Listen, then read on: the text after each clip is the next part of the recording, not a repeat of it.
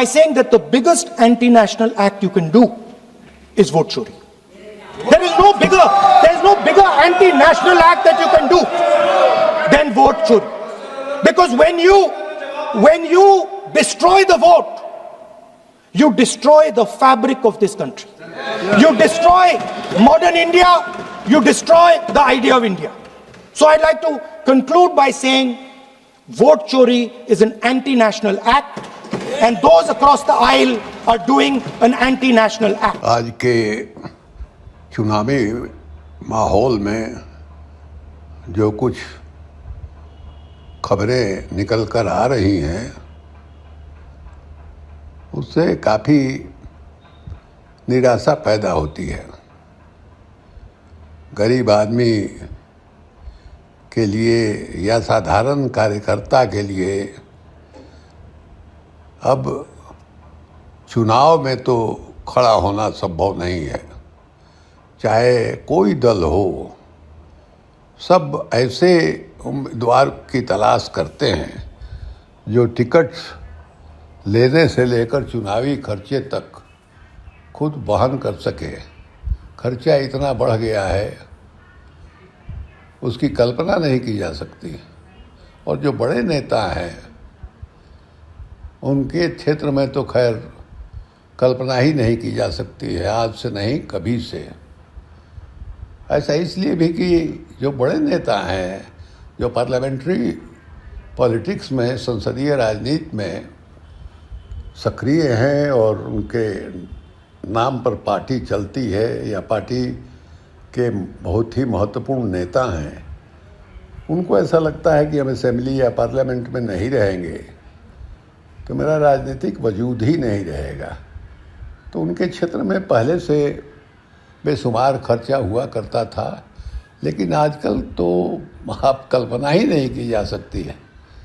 इस संदर्भ में, इस पृष्ठभूमि में मुझे अपना पहला चुनाव याद आ रहा है। हालांकि मैंने संकल्प किया था कि 40 वर्ष के उम्र के पहले मैं चुनाव नहीं लड़ूंगा। एक फिसलन 1977 में आया था जब संचालन समिति के बैठकों में कुछ सदस्यों को चुनाव लड़ने के लिए अनुशंसित किया गया था और जनता पार्टी के संसदीय दल ने उनको उम्मीदवार बनाया था। उसमें मैं भी था। 1977 का चुनाव हो रहा था। पार्टी की ओर से मुझे सिंबल मिल गया और मैंने अपना नॉमिनेशन जो है आरा में जाकर भर दिया। आरा रिटर्निंग ऑफिसर के कार्यालय में। लेकिन मन कचोट रहा था कि मैंने तो संकल्प लिया है कि 40 वर्ष के पहले जो है, उम्र के पहले किशन पटनायक के सिद्धांत के अनुसार नहीं लड़ूंगा। लेकिन द्वंद्व में था, पेश में था। उसी भी समय बाबूजी बक्सर से सांसद हो गए थे, 77 में ही सांसद हो गए थे। उन्होंने रात में हमको बुलाया और भोजपुरी में ही पूछा कि तारा चुनाव लड़े के मन बा? तो मैंने कहा कि नहीं। तो उन्होंने कहा कि जाके नॉमिनेशन वापस ले लो। मैंने नॉमिनेशन वापस ले लिया। यह इसलिए भी विशेष रूप से याद है कि आज जो परिवारवाद का आरोप लगता है, मैंने पूरे राजनीतिक जीवन को अच्छे अच्छे नेता दांव पर लगाकर अपने अगली पीढ़ी को राजनीति में स्थापित करना चाहते हैं। उस समय 77 में क्या स्थिति थी और मेरे पिताजी का क्या राजनीतिक मूल्य था, ये इसको कहने के लिए, साबित करने के लिए मैंने नॉमिनेशन तो वापस लिया।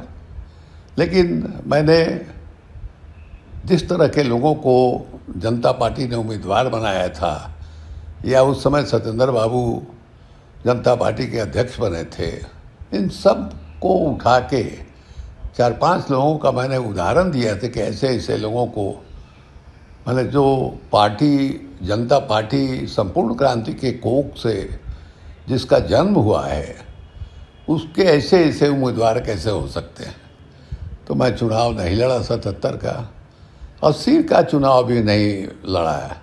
80 के मैंने चुनाव के विधानसभा के चुनाव के पहले बाबूजी का देहांत हो चुका था। और मैंने पहले भी कहीं जिक्र किया है कि कर्पूरी जी ने, ऐसे तो तमाम लोगों ने, तमाम विपक्षी नेताओं ने मेरे ऊपर दबाव डाला कि मैं चुनाव लड़ जाऊं, बल्कि दबाव बाबूजी की मृत्यु के तत्काल बाद हुआ, जब पटना में श्राद्ध हो रहा था।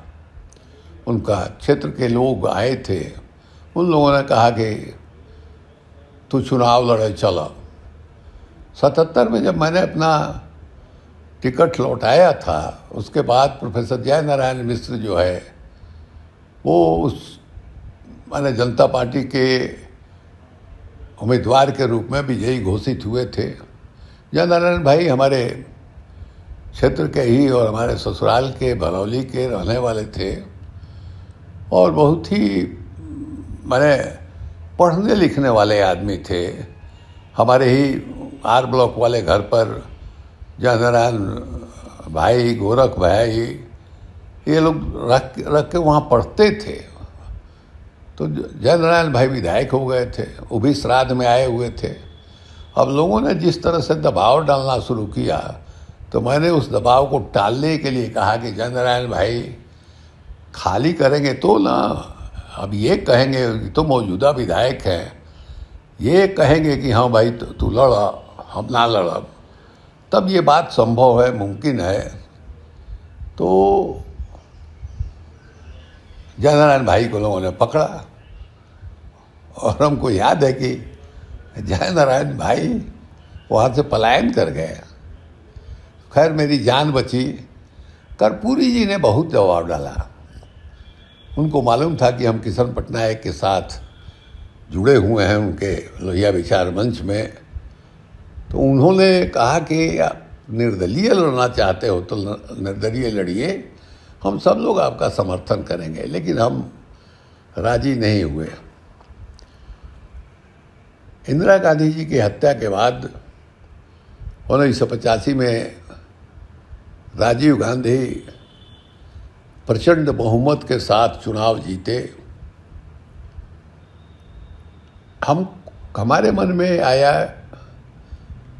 कि राजीव गांधी गैर राजनीतिक व्यक्ति हैं और उनको इतनी बड़ी ताकत मिल गई है, न भूतो न भविष्यति वाली स्थिति है। पता नहीं लोकतंत्र को इतनी ताकत मिलने के बाद वो चला पाएंगे या नहीं। तो इसी बीच मुझे जानकारी मिली, हम अपने एक मित्र के घर पर बैठे हुए थे। एक वर्मा जी थे, एच.एन. वर्मा या एच.के. वर्मा, देखिए मैं नाम भूल रहा हूँ, वो शायद कांग्रेस के प्रवक्ता थे। तो वो भी वहाँ मौजूद थे जहाँ मैं बैठा हुआ था और उन्होंने बताया कि बिंदेश्वरी दुबे जी शाहपुर से चुनाव लड़ने जा रहे हैं। दुबे जी माने उसी विधानसभा क्षेत्र के बिहिया प्रखंड के महुआव गांव के रहने वाले थे। जन्म कर्म उनका वहीं हुआ था, लेकिन बचपन से ही वो कोयला के क्षेत्र, मैंने खास करके बेरमो में, वो मजदूर संगठन के साथ जुड़े हुए थे और बड़े मजदूर नेता में उनकी गिनती होती थी। इसलिए मजदूर नेता तो थे लेकिन जन नेता नहीं थे। बहुत सारे लोगों को उस शाहपुर विधानसभा क्षेत्र में ये जानकारी नहीं थी कि बिंदेश्वरी दुबे का जन्म वहीं हुआ है। उस समय भी दुबे जी बिहार प्रदेश कांग्रेस कमेटी के अध्यक्ष थे, माने प्रेसिडेंट थे, और उनके बारे में चर्चा थी कि चंद्रशेखर सिंह जी जो उन दिनों बिहार के मुख्यमंत्री थे, चुनाव के बाद उनको बदला जाएगा और उनके स्थान पर बिंदेश्वरी दुबे बैठेंगे। जब ये जानकारी वर्मा जी ने हमको दी तो हमको लगा कि उस क्षेत्र में, विधानसभा क्षेत्र में कोई ऐसा व्यक्ति ऑपोजिशन में, कांग्रेस विरोध वाली पार्टियां जो है उसमें कोई नहीं दिख रहा है जो उनके सामने टिक पाए। और मन में ये भी आशंका थी कि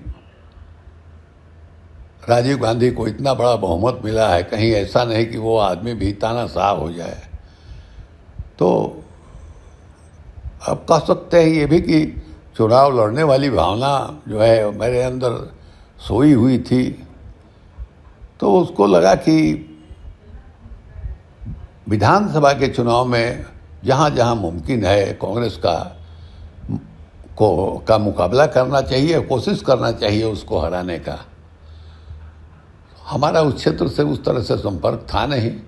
संपर्क यही था कि बाबूजी 1952 से वहाँ चुनाव जीत रहे थे, लोगों का आना जाना माने हुआ करता था घर में, इसलिए प्रायः उनके अधिकांश नज़दीकी जो लोग थे उनको हम जानते थे व्यक्तिगत रूप से।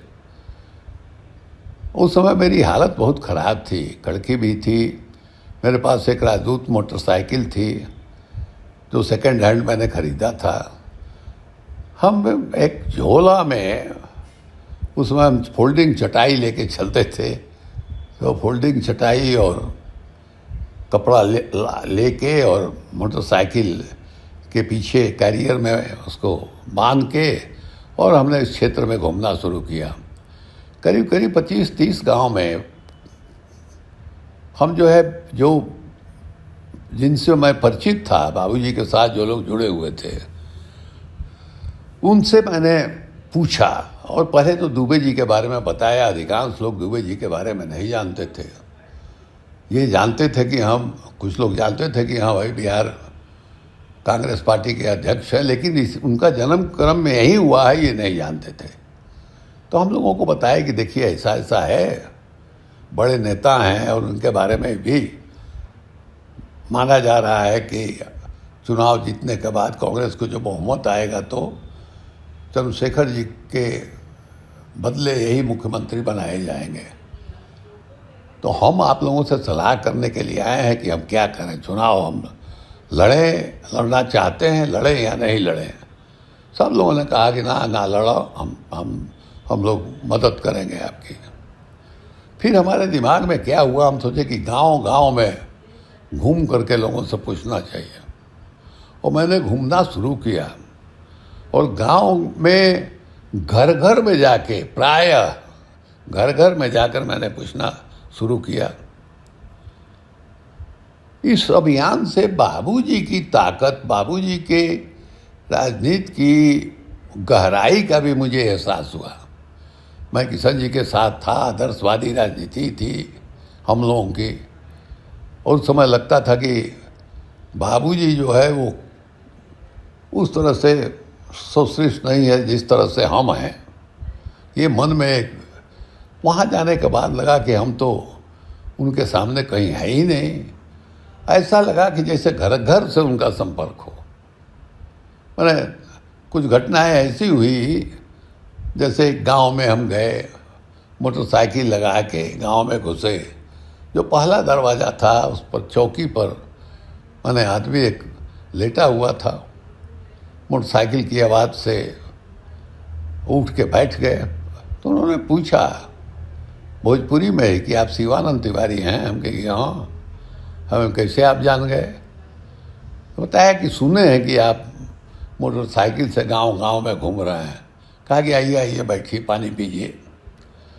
वो किस्सा सुनाने लगे कि इसी चौकी पर मैं लेटा हुआ था और घर में किसी बात पर मैं रूस गया था। वो कहा कि खाना में हम नहीं खाएंगे। और मेरी माई आके कहा कि बबुआ खा लो। हम तैयार नहीं हो रहे थे। उसी समय अचानक पता नहीं कहाँ से तिवारी जी आ गए और उन्होंने सुन लिया कि माई मेरी कह रही है कि खा लो। हम कह रहे कि ना खाई। तो उन्होंने कहा कि अरे एक जगह ना दू जगह परोसो, हमू नहीं कि खैले हमू खा ले। अब तिवारी जी को देखते तो कुछ पूछिए मत। उसके बाद तुरंत जो है लिपा पुता करके बैठ के कंबल उम्बल बिछा के बैठाया गया। तिवारी जी यहाँ भोजन किए। इस तरह से कई जगह हमको मिला माने जैसे सिकरिया एक गांव है, चौबे जी मास्टर एक थे, उनके बहुत बड़े समर्थक थे, उन्हीं के यहाँ गया मैं। वो गांव में हमको घुमाने लगे, तो वहाँ दलितों में चमार टोली भी है और पासवान टोली भी है। चमार टोली में जब हम घूम रहे थे,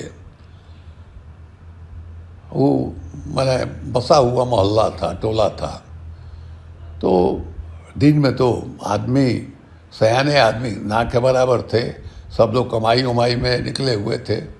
औरतें थी, देखी अनजान आदमी 8-10 आ रहे हैं तो वो सब भागने लगी। तो मास्टर साहब ने एक महिला को टोका, कहा कि रे फलाना के मता रही है, और देखो देखो के आइल बा। वो रुक गई, के हो पंडित जी? तो कहले कि हमको दिखा के उन्होंने कहा, कह रहे चिन्ह तारू, ये नु रामानंद बाबा के तार बेटा हवे। और मैं क्या बताऊँ, सब औरत ने टुड्डी मैंने मेरा पकड़ करके कहा कि अच्छा ये हवे, और ऐसा लगा कि मैं उसके घर का सामान हूँ। इस तरह की कितनी घटनाएं हैं। तो मैंने एक ढंग से आप कह सकते हैं कि जनता से समर्थन लेके, जनता की सहमति, मतदाताओं की सहमति लेकर के मैं चुनाव में खड़ा हुआ। और मेरे नॉमिनेशन के दिन भी अच्छी खासी संख्या में लोग आए वहाँ। कोई गाड़ी नहीं, कोई सवारी नहीं, कुछ नहीं। उसके बाद हम चुनाव के बाद गांव-गांव में मोटरसाइकिल से प्रचार करने लगे, और मोटरसाइकिल से प्रचार करने लगे। दुबे जी को जिन लोगों ने कहा था शाहपुर से चुनाव लड़ने के लिए, उन लोगों की रिश्तेदारी भी थी दुबे जी से, और उन लोगों के परिवार में हमारी भी रिश्तेदारी थी। उन लोगों को मालूम था कि हम कहे कि अभी हम चुनाव नहीं लड़ेंगे।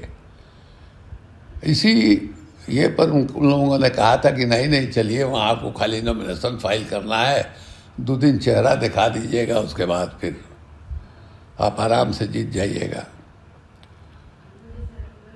दुबे जी जैसे बड़े नेताओं का होता है कि चुनाव अभियान शुरू होता है तो 10 बजे फलाने जगह, तो 11 बजे फलाने जगह, दिन भर में 6, 7, 8 सभा हो जाती है। कहीं 200 आदमी, कहीं 150, कोई तैयारी के बगैर इसी तरह से सभा होती थी।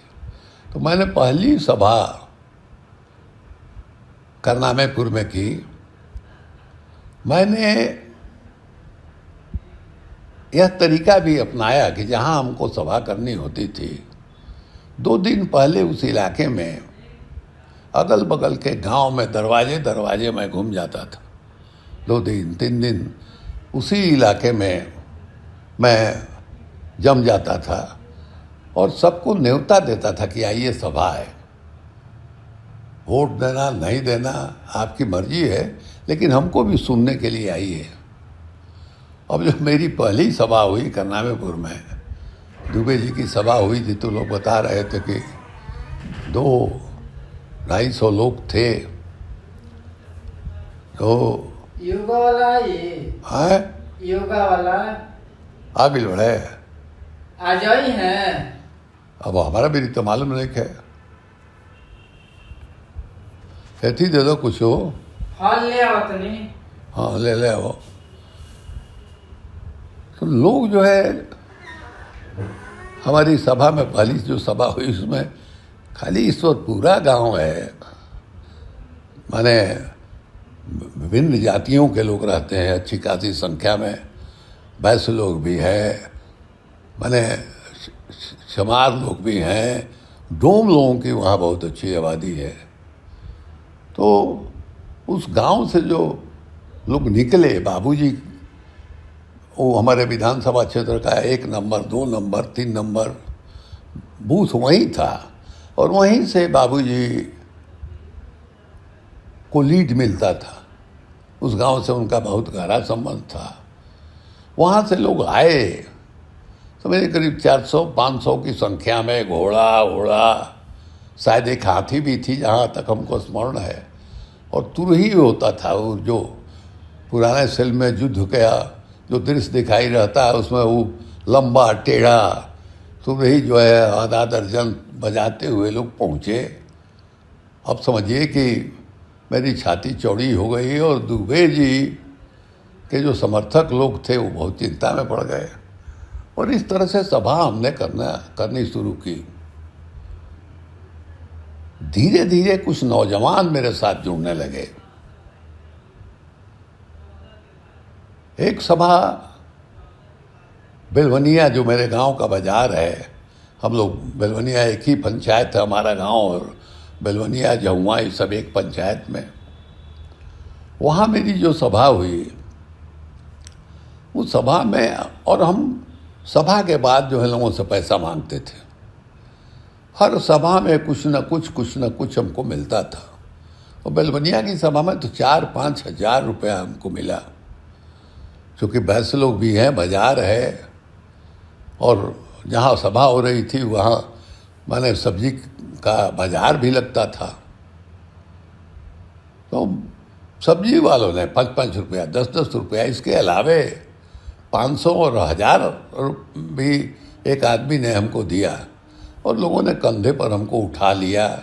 उसके बाद हाथी पता नहीं कहाँ से मिल गई, हाथी पर चढ़ा दिया। जुलूस जो निकला, अब उस जुलूस की भीड़ में दुबे जी की समधी और दुबे जी के दामाद फंस गए। उसके बाद तो समझिए कि उन लोगों ने पूरी ताकत जो है लगा दी, झोंक दिया पूरी ताकत। उनके इलाके से बेरमो में जो लोग इनके शिष्य थे, बड़े बड़े ठेकेदार और लोग अलग अलग जातियों के, वहाँ जिनकी दूर दूर की भी रिश्तेदारी थी, जिस गांव में वहाँ गांव में बैठ गए, थैली खोल करके बैठ गए। सत्येंद्र बाबू का दौरा हुआ राजपूत गांव में, राम लखन बाबू का दौरा हुआ यादव गांव में, देवरहवा बाबा के शिष्य लोग प्रसादी लेके गांव गांव और उनका संदेश दे रहे थे कि दुबे जी को। दुबे जी के बारे में हमको, अभी बात सच है कि झूठ है, लोग कहते थे कि BBC रेडियो ने कहा कि दुबे जी शाहपुर में फंस गए हैं, कीचड़ में फंस गए हैं। अब उसके बाद समझिए कि जिस दिन, और चुनाव के करीब 9 दिन पहले, अब वहाँ गाड़ियों की गिनती नहीं दुबे जी के पक्ष में कितनी गाड़ियाँ चल रही हैं, और हमारे मोटरसाइकिल में एक झंडा रहता था, पीछे हमारा नीला रंग का झोला था जिसको टांग के हम सब सर्वोदयी झोला कर सकते हैं, उसमें चटाई उटाई अपना सामान लेके सब हंसते थे हम पर। तो हमारे साथ जो जुड़े थे, और ख़ास करके नौजवान, उन लोगों ने कहा कि नहीं, अब आपको जीप पर सवार हो जाना चाहिए, नहीं तो कौन ठीक है, कहीं गाड़ी उड़ी से कोई दबाव वबाव नहीं दे।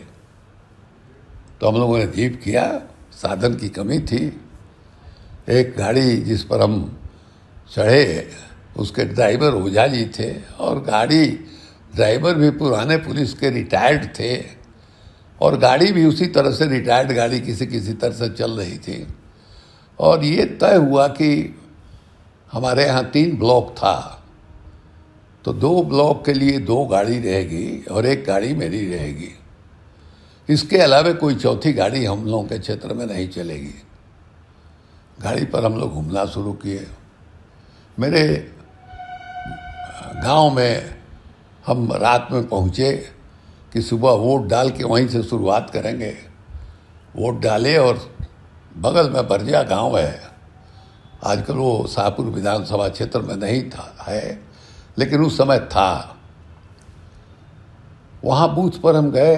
बरजा गांव बहुत बड़ा गांव, उसमें ब्राह्मण लोग भी मजबूत लोग हैं, भूमिहार लोग भी हैं, जादव लोग भी हैं, दलित लोग भी, अच्छी खासी आबादी है। 2 या 3 बूथ वाला गांव है। वहाँ प्राथमिक स्कूल भी है जहाँ बचपन में हम पढ़े थे। तो वहाँ हम गए बूथ पर, उम्मीदवार को जाने की इजाज़त रहती ही थी।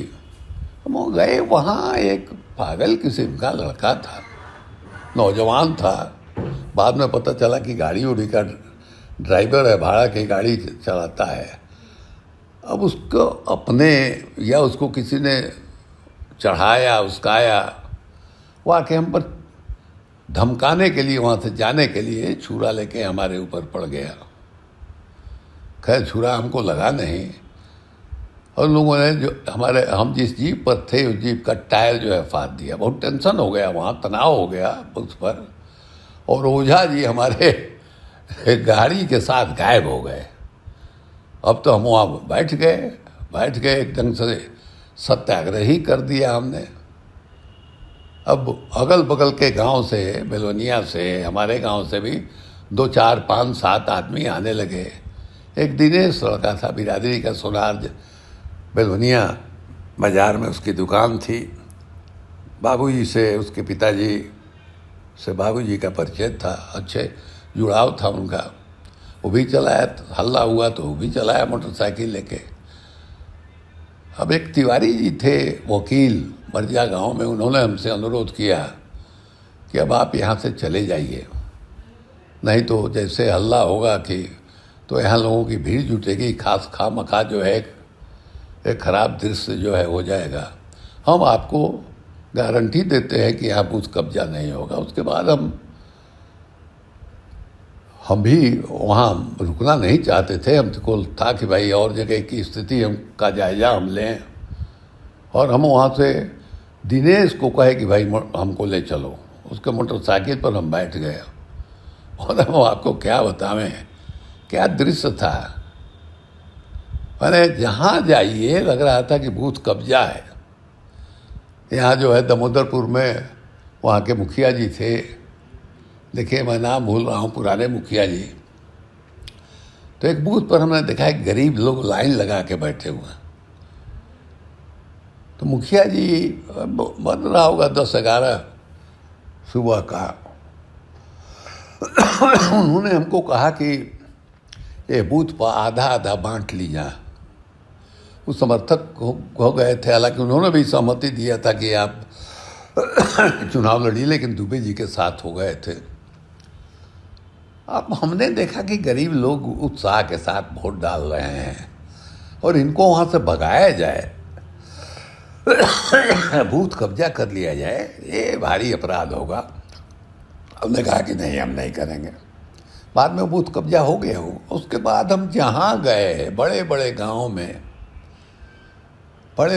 में जहाँ 3 बूथ, 4 बूथ, 2 बूथ, अधिकांश गांव में हमने देखा कि बूथ कब्जा है। अब तो उसी समय क्लियर हो गया, स्पष्ट हो गया कि मेरा नतीजा जो है क्या होगा चुनाव का।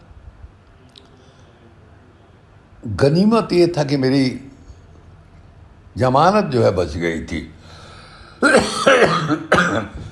और एक ढंग से आप कह सकते हैं कि उस क्षेत्र में बूथ कब्जा करके चुनाव जीतने का सिलसिला जो है दुबे जी के ही समय से शुरू हुआ।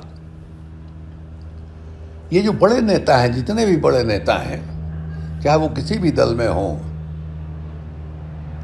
वो हर हालत में चुनाव जीत करके सदन में जाना चाहते हैं, और खास करके लोकसभा में या विधानसभा में भी। अब दुबे जी जिनको चीफ मिनिस्टर बनने की माने संभावना थी, और जो बने भी, उनके लिए तो और भी महत्वपूर्ण था ये। अब वो लोग जो है किसी भी कीमत पर जीतने के लिए, माने जिस ढंग से पैसा बांटते हैं, राइफल की गोली बांटते हैं, आप उसका जानने का तरीका यही है कि ऐसे लोगों का कि यहाँ जो बूथ वाइज जो वोट पड़ता है, पोलिंग का जो प्रतिशत है, आप देखिएगा। आप कुछ बूथ जो है 25, 50, 100 बूथ ऐसा होगा जहाँ 90%, 95% पोलिंग है, और बाकी जहाँ लाइन लगा के लोग वोट दे रहे हैं वहाँ 40%, 45%, कुछ वोट उनको, कुछ वोट इनको। हमारे यहाँ भी हम लोगों ने देखा कि लाइन लगा के जहाँ वोट हो रहे हैं, कहीं हम 10 वोट से आगे हैं, कहीं 5 वोट से आगे हैं, कहीं 30 वोट से आगे हैं, और जहाँ कब्जा हुआ वहाँ जो है 90% हो गया। तो अब सब समझिए कि 700, 800 अगर वोटर हैं तो वहाँ 600, 700 जो है अकेले दुबे जी को पड़ा। कहाँ से टिकते? ये रोग जो है, जो बड़े नेता हैं उन लोगों ने पैदा किया है, पैसा खर्च करने का। हमारा उस चुनाव में किसी ने बूथ पर पैसा लेने का तो कोई सवाल ही नहीं था। जब लोग चंदा रहे थे, हमको याद है कर्जा बाजार में हम सभा कर रहे थे और पैसा मांगा हमने, तो बहरनपुर के एक माने जूता उता मरम्मत करने वाले चमार जाति के थे, लेदनाथ, उसने 5 रुपया निकाल करके हमको आके हाथ में दिया। हमको लगा कि मेरी आँख डबडबा गई लोगों का एक प्रेम मोहब्बत देख के। उसमें मेरे प्रति कितना था हम नहीं जानते हैं, लेकिन बाबूजी का तो आधार एक था ही। कुल मिला जुला करके मेरा 25-26 हजार रुपये से ज़्यादा उस चुनाव में नहीं खर्चा किया। मैं इसके बाद जो है, मैंने पहली दफ़ा, उस समय तो हारना ही था, हम पहली दफ़ा विधायक बने समता पार्टी से। उसके पहले 90 में भी हम 85 के बाद 90 में लड़े। चंद्रशेखर जी से हम बेमतलब बेवजह जो है भिड़ गए, अपने आदर्शवादी राजनीति और अपने को एकदम सिद्धांत और फलाना ठिकाना जो भी हो, वही मेरी पहचान भी है आज के दिन। हमको बहुत ये नहीं रहा कि किसी भी कीमत पर हम चुनाव जीत जाए, ये इस तरह की राजनीति मैंने कभी नहीं की। जिंदगी में कभी हमने किसी अपराधी का सहारा नहीं लिया। हमने बूथ कब्जा करने के लिए किसी को ये नहीं किया, किसी को पैसा दे के वोट जो है लेने का। तो हम दो पार्लियामेंट का भी चुनाव लड़े, और एक पार्लियामेंट के चुनाव में हमको याद है कि 21 लाख या 22 लाख रुपया खर्चा हुआ था, और जो पहला चुनाव था उसमें तो 18-19 लाख रुपया ही खर्चा हुआ था। आज जब का माहौल जब देखते हैं तो हमको लगता है कि राजनीति कहाँ जा रही है, लोकतंत्र है कहाँ, आज तो दिखाई कहाँ दे रही है। नीतीश कुमार हमारे साथी रहे हैं, लालू यादव को तो के साथ भी वो जब स्कूल में पढ़ते थे तब से हमारा संबंध रहा है। अब हमारे जैसा आदमी अपने आप को अनफिट पाता है, इसलिए हम मात्र जीवन में 2 बार विधायक बने। एक बार पहली बार विधायक बने समता पार्टी से, फिर वो विधानसभा क्षेत्र से बाई इलेक्शन में हम वहाँ चुनाव जीते, और मैंने 56 बरस की उम्र हमारी हो गई थी उस समय जब हम मैंने विधानसभा में प्रवेश किए। उसके बाद जो है फिर हमारा नीतीश जी से झंझट हो गया, उसकी कहानी तो अलग है, और उस कोशिश हम करेंगे कि अपने जीवन के इन कहानियों को हम मैंने उतार दें कहीं।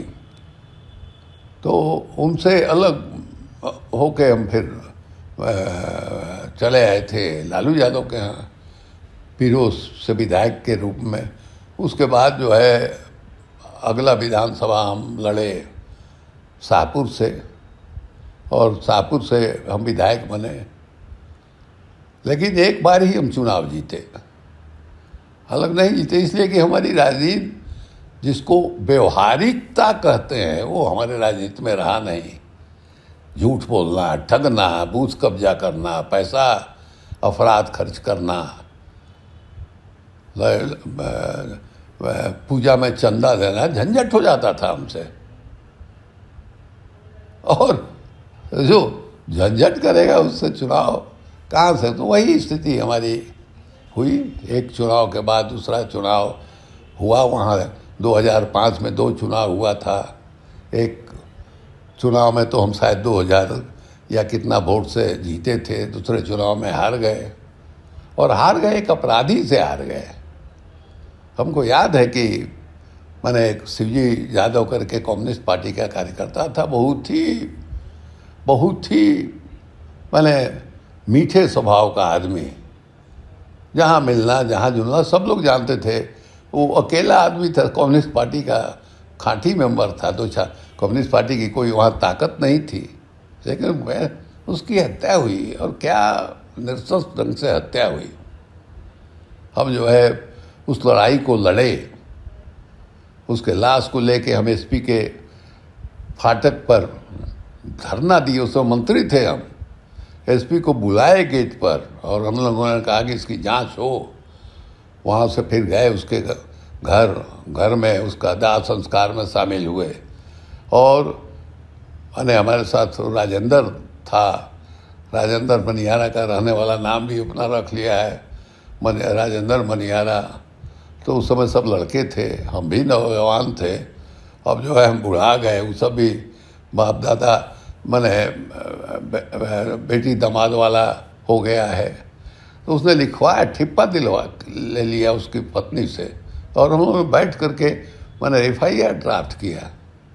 ऐसी हालत थी, आतंक था। तो वही दूसरी बार चुनाव हम हारे। तो उस समय की हालत हम देखते हैं, अपनी बात हम कहते हैं। हमारे चुनाव क्षेत्र में मैंने लोग कहते हैं कि ब्राह्मणों की संख्या ज़्यादा है, लेकिन अपर ऊंची जात की संख्या ज़्यादा है, इसमें कहीं कोई संदेह नहीं है। और बिहिया प्रखंड जो है उसमें पिछड़े ज़्यादा हैं, लेकिन ज़्यादा लोगों की भी अच्छी खासी आबादी है। तो यही हालत रही है। और अपर कास्ट के बारे में तो हमको क्या कहा जाए, सभी जातियां में जो अपराधी है वही नायक हो जा रहे हैं। ये हमने देखा है। तो आज के माहौल को देख करके मैंने सोचा कि अपना जो चुनावी तजुर्बा है वो आप लोगों को सुनाए। बहुत बहुत धन्यवाद।